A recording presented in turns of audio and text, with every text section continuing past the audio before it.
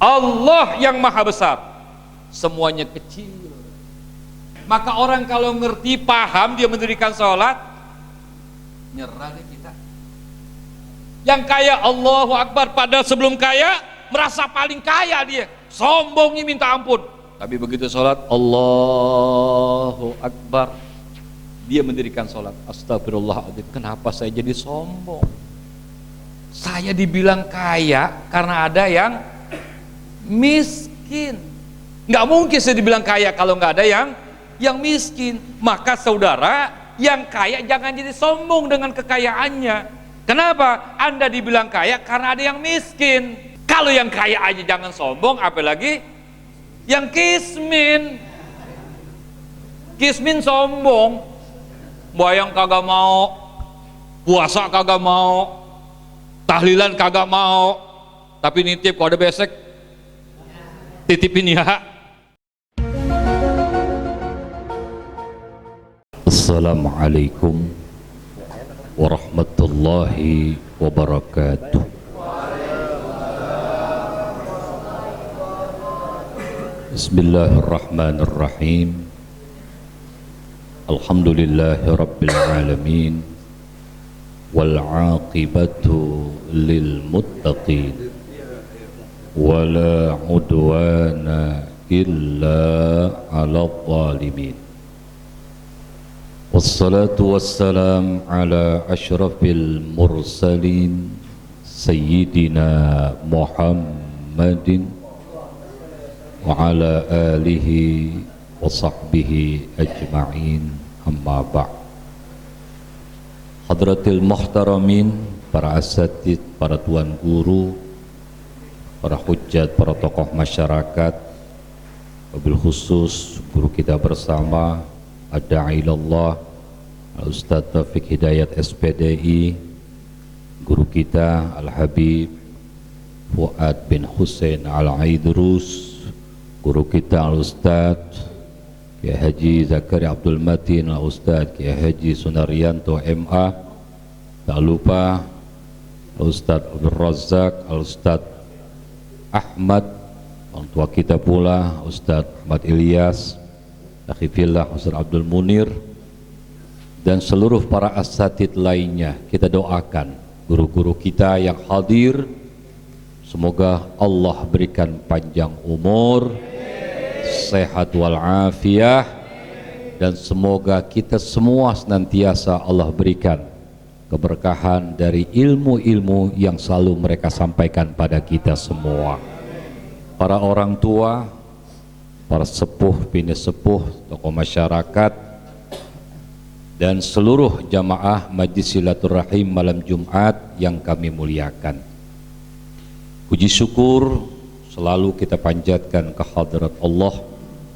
Alhamdulillah, malam hari ini sebagaimana rutinitas kita, yakni hadir di Majlis Silaturahim setiap malam Jumat, dan alhamdulillah malam hari ini kembali Allah berikan kita kekuatan untuk bisa hadir di majlis malam hari ini, dan alhamdulillah malam hari ini berketempatan di Musholla Al-Hadi. Mudah-mudahan semua kita yang hadir dari tempat yang mulia ini, Allah senantiasa mengampuni dosa dan kesalahan kita. Dan dengan berkah kita hadir pada malam hari ini, semoga segala urusan kita senantiasa dimudahkan oleh Allah Subhanahu wa taala. Salawat dan salam tidak pernah lupa kita sampaikan kepada junjungan kita baginda Nabiyina Muhammad sallallahu alaihi wa alihi wasallam. Hadirin jamaah sekalian yang dimuliakan oleh Allah Subhanahu wa taala, alhamdulillah malam hari ini sebagai malam perdana di mana Majlis Silaturahim berketempatan di Musholla Al-Hadi. Saudara, semua kita, terutama guru kita Al-Ustaz Taufik Hidayat, membentuk majlis semacam ini tujuannya tiada lain Di samping untuk kita menuntut ilmu, kemudian juga di dalamnya silaturahim antar warga, khususnya antar jamaah yang ada di lingkungan, baik RW 07 maupun RW 024. Dan alhamdulillah seiring berjalannya waktu, maka seperti apa yang kita saksikan, yang kita lihat, yang kita alami setiap minggu, alhamdulillah jamaah semakin bertambah. Semoga dengan bertambahnya jemaah semakin pula bertambah keberkahan untuk kita semua. Amin ya rabbal. Hadirin ma'asyiral muslimin jamaah sekalian, ketika kita hadir di majelis ilmu, maka dasari niat kita tentu yang paling utama dalam setiap amal kebaikan, apalagi menuntut ilmu, bertujuan untuk dan karena Allah. Yang kedua, tentunya kita niat untuk menghilangkan kejahilan, kebodohan dalam diri kita. Yang ketiga, tentunya kita berharap dengan hadir di majelis ilmu semacam ini agar Allah menghidupkan hati kita. Saudara yang dimuliakan oleh Allah, maka siapapun orangnya yang ketika hadir lillah wa fillah, semata karena Allah subhanahu wa ta'ala, dan kemuliaan ilmu di sisi Allah subhanahu wa ta'ala, maka hadirin, jangankan kita sudah hadir, bahkan sebelum kita melangkah sekalipun, maka Allah telah menyediakan ampunan untuk kita. Makanya kalau bisa wakafkan malam Jumat ini untuk sama-sama kita hadir di majlis ini. Insya Allah saudara, kalau setiap malam Jumat dari musolah, dari masjid, dari musolah lagi, kita selalu adakan silaturahim semacam ini, insya Allah kampung halaman kita, wilayah kita akan semakin diberkahi oleh Allah. Yang kedua, dengan munajat dan doa al-aurat yang kita baca, surah Yasin yang kita baca, kemudian ratib lil Imam Al-Habib Abdullah ibn Alawi Al-Haddad yang kita baca, begitu pula kita baca maulid Simtud Doror. Saudara, di antara mungkin permohonan-permohonan yang kita mohonkan kepada Allah, di antaranya semoga Allah senantiasa memberikan kepada kita kekuatan, keistiqomahan untuk selalu melakukan ketaatan. Kemudian juga kita mohonkan kepada Allah bagi saudara-saudara kita yang mungkin masih berat untuk beribadah, semoga dimudahkan oleh Allah, diberikan kekuatan oleh Allah untuk dia beribadah. Dan yang terpenting adalah dengan zikir, kalimat-kalimat thayyibah yang mengudara, yang kita baca di setiap malam Jumat ini saudara, yang tidak kalah pentingnya dari sekian banyak permohonan kita, semoga kemaksiatan, kemunkarotan, semuanya Allah subhanahu wa ta'ala singkirkan dari kampung halaman kita. Hadirin ma'asyiral muslimin jamaah sekalian yang dimuliakan oleh Allah subhanahu wa ta'ala. Jadi berbahagialah kita ketika hidup selalu diberikan kesempatan dan kekuatan oleh Allah untuk bisa hadir di majlis-majlis semacam ini.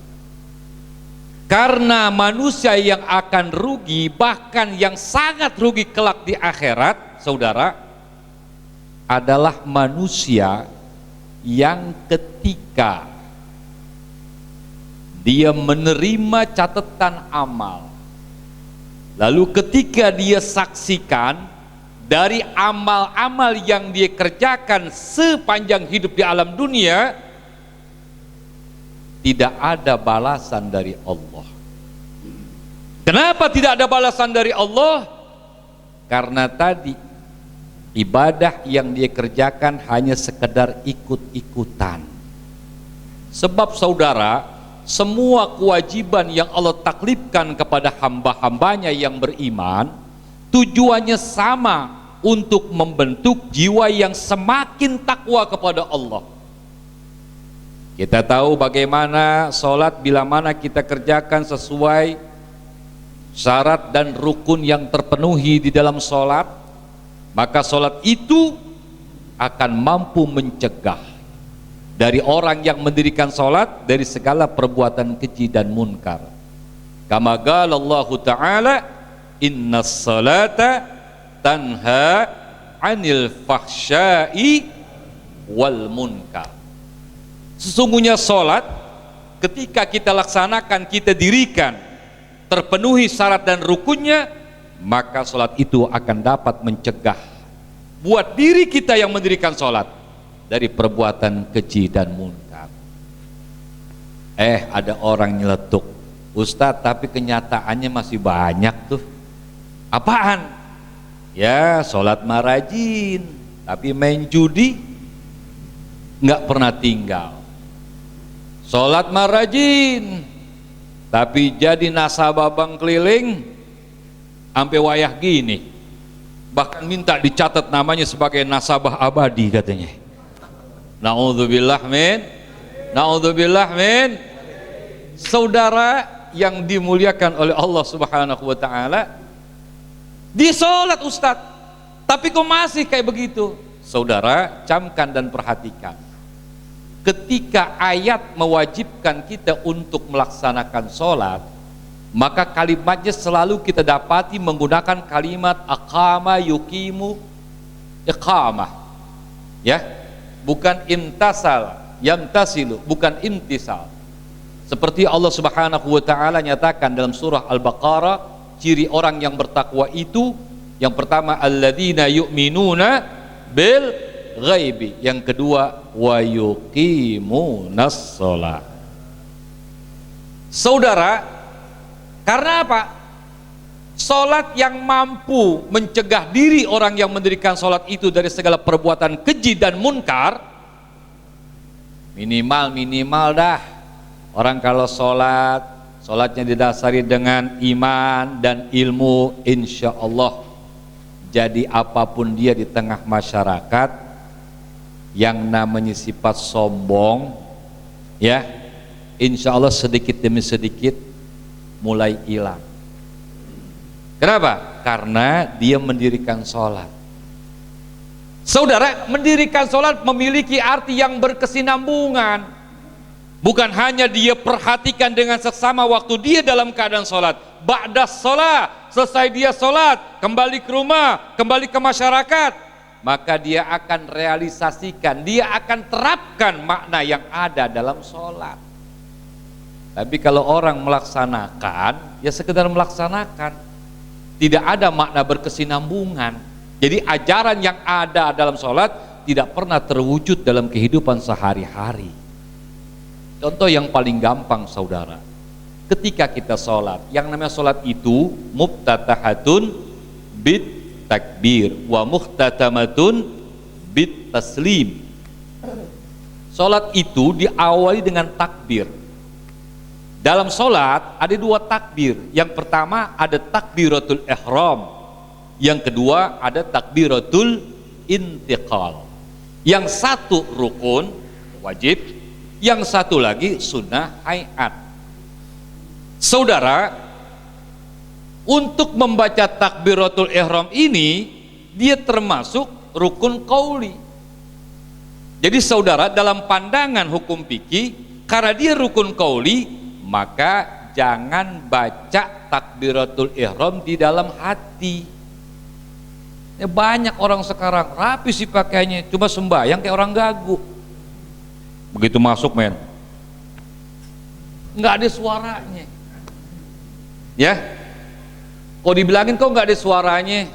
Saudara, yang penting niatnya katanya. Nih, saudara, di rukun qauli minimal kita sendiri yang baca, ngedenger bacaan kita. Apakah itu sholat jahar? Apalagi sholat jahar, maghrib, isya, subuh.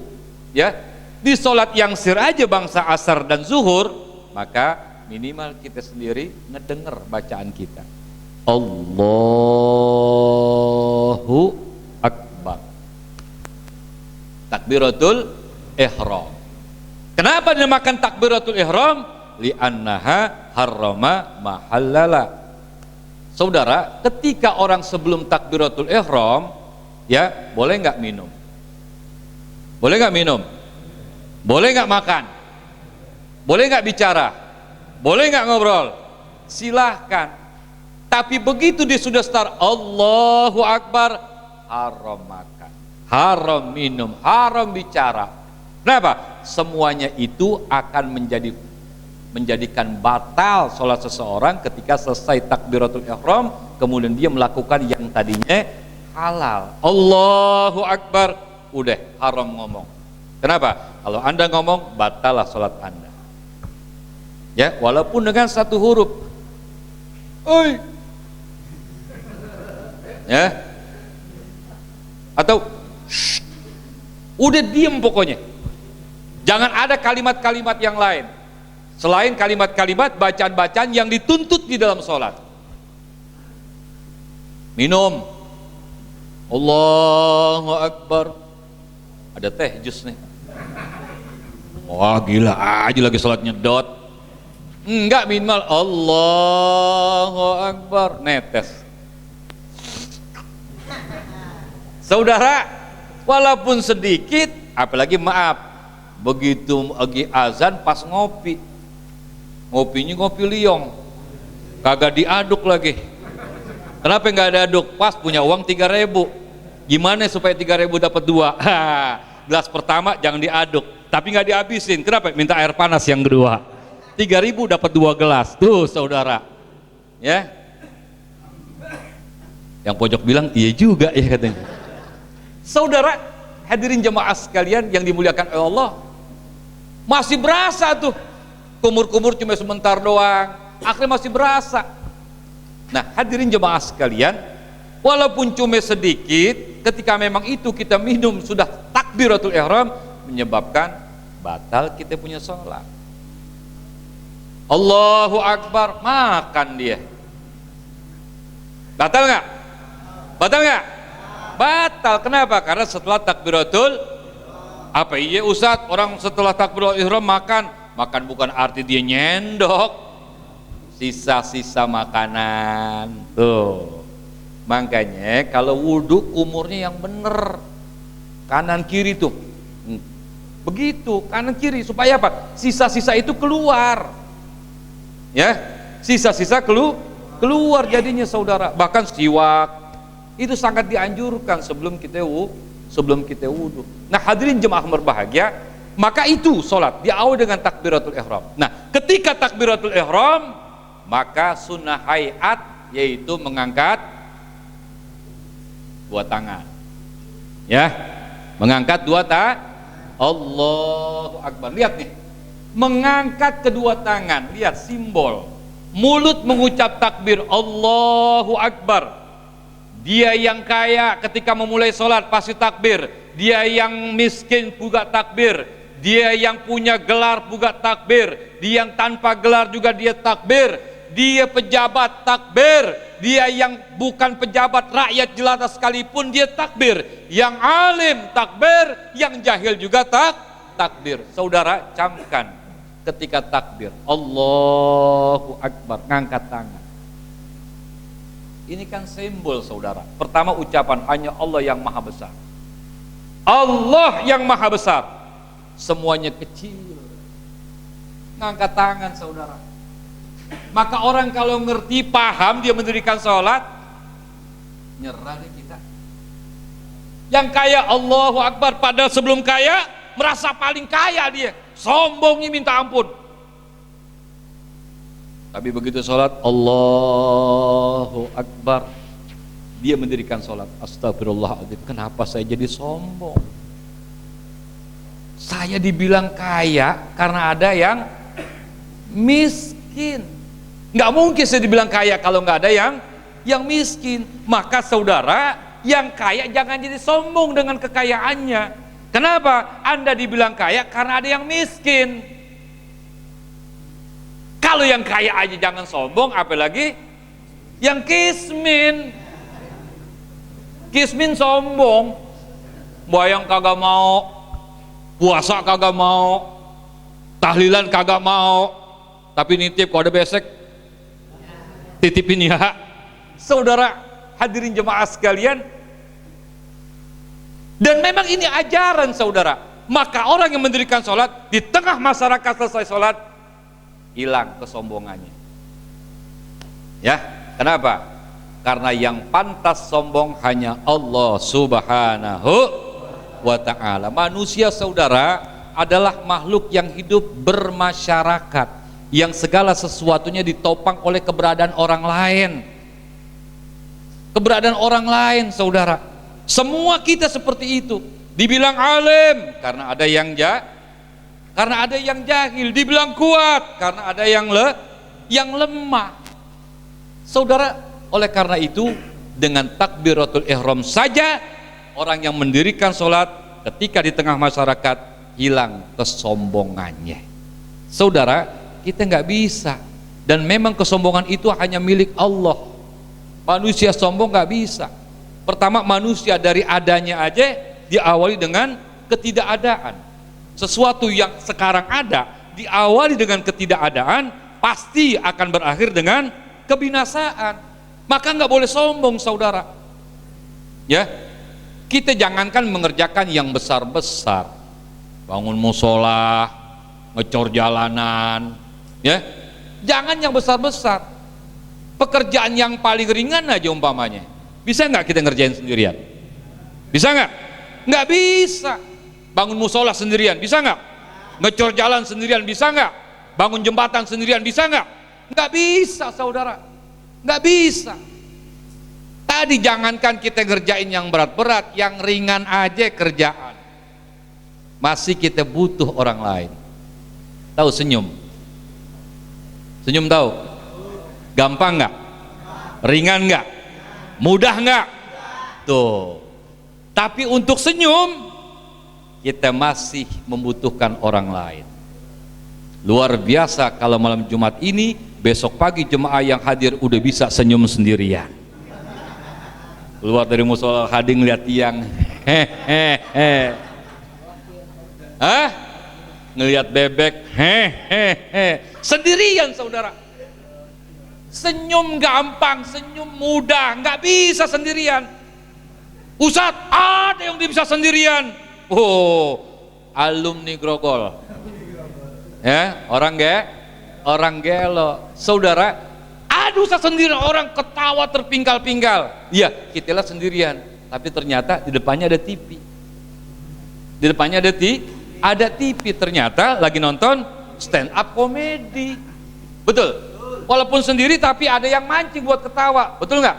Berarti bener ketawanya dia. Tapi satu saat kita lihat juga orang ketawa, padahal mati lampu. Walaupun depan TV. Yang kayak begini hati-hati saudara. Nah hadirin jemaah sekalian yang dimuliakan oleh Allah, oleh karena itu ya, hanya dengan kita hadir di majlis-majlis ilmu, insya Allah ibadah kita semua didasari dengan ilmu, sehingga semua tujuan ibadah untuk membentuk jiwa yang takwa akan semakin terbentuk dalam kehidupan kita. Mudah-mudahan semua kita diberikan kekuatan oleh Allah sampai akhir hayat untuk selalu melaksanakan ibadah yang didasari dengan iman dan ilmu di dalamnya, agar semua ibadah kita diterima oleh Allah Subhanahu wa ta'ala. Kita doakan guru-guru kita, orang-orang tua kita, dan kita semua yang hadir, semoga Allah panjangkan umur kita dalam iman, dalam ibadah, dalam setiap usaha yang kita kerjakan, semoga diberkahi oleh Allah. Terlebih khusus malam hari ini yang membantu acara ini dengan tenaga, dengan pikiran, dengan doa, dengan makanan, air dan lain sebagainya.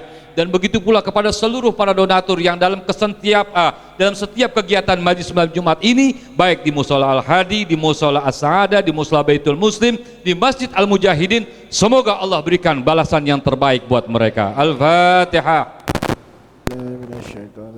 بسم الله الرحمن الرحيم الحمد لله رب العالمين الرحمن الرحيم مالك يوم الدين إياك نعبد وإياك نستعين اهدنا الصراط المستقيم صراط الذين أنعمت عليهم غير المغضوب عليهم ولا الضالين. الرحيم. أفضل ما قلته أنا ونبينا من قبلي لا إله إلا الله لا إله إلا الله لا إله إلا الله لا إله إلا الله لا إله إلا الله لا إله إلا الله محمد رسول الله محمد رسول الله صلى الله عليه وآله وسلم وشرف وكرم ومجد وعظم كلمة حق عليها نحيا وعليها نموت وعليها نبعث إن شاء الله تعالى من الآمنين آمين آمين آمين آمين آمين آمين آمين. بسم الله الرحمن الرحيم الحمد لله رب العالمين حمدا شاكرين حمدا ناعمين حمدا يوافي نعمه ويكافئ مزيده. آمين. يا ربنا لك الحمد ولك الشكر كما ينبغي لجلال وجهك الكريم ولعظيم سلطانك. اللهم صل على سيدنا محمد صلاة كاملة وسلم سلاما تاما على سيدنا محمد الذي تنحل به العقد وتنفرج به الكراب وتقضى به الحوائج وتنال به الرغائب وحسن الخواتم ويستسقى الغمام بوجهه الكريم وعلى آله وصحبه في كل لمحة ونفس بعدد كل معلوم لك. اللهم اجعل جمعتنا هذا جمعا مرحوما واجعل تفرقنا من بعده تفرقا معصوما. اللهم لا تدع لنا ذنبا الا غفرته ولا هما الا فرجته ولا عيبا الا سترته ولا مرضا الا شفيته ولا حاجة من حوائج الدنيا الا ما قضيتها برحمتك يا ارحم الراحمين. اللهم اصلح لنا ديننا الذي وعصمة امرنا واصلح لنا دنيانا التي فيها معاشنا واصلح لنا اخرتنا التي فيها معادنا واجعل الحياة زيادة لنا في كل خير واجعل الموت راحة لنا من كل شر. ربنا اغفر لنا ذنوبنا ولوالدينا وارحمهما كما ربيانا صغارا. ربنا هب لنا من ازواجنا وذرياتنا قرة اعين واجعلنا للمتقين اماما. ربنا اتنا من لدنك رحمة وهيئ لنا من امرنا رشدا. ربنا اتنا في الدنيا حسنة وفي الآخرة حسنة وقنا عذاب النار. وصلى الله على سيدنا محمد وعلى آله وصحبه وسلم بفضل سبحان ربك رب العزة عما يصفون وسلام على المرسلين والحمد لله رب العالمين.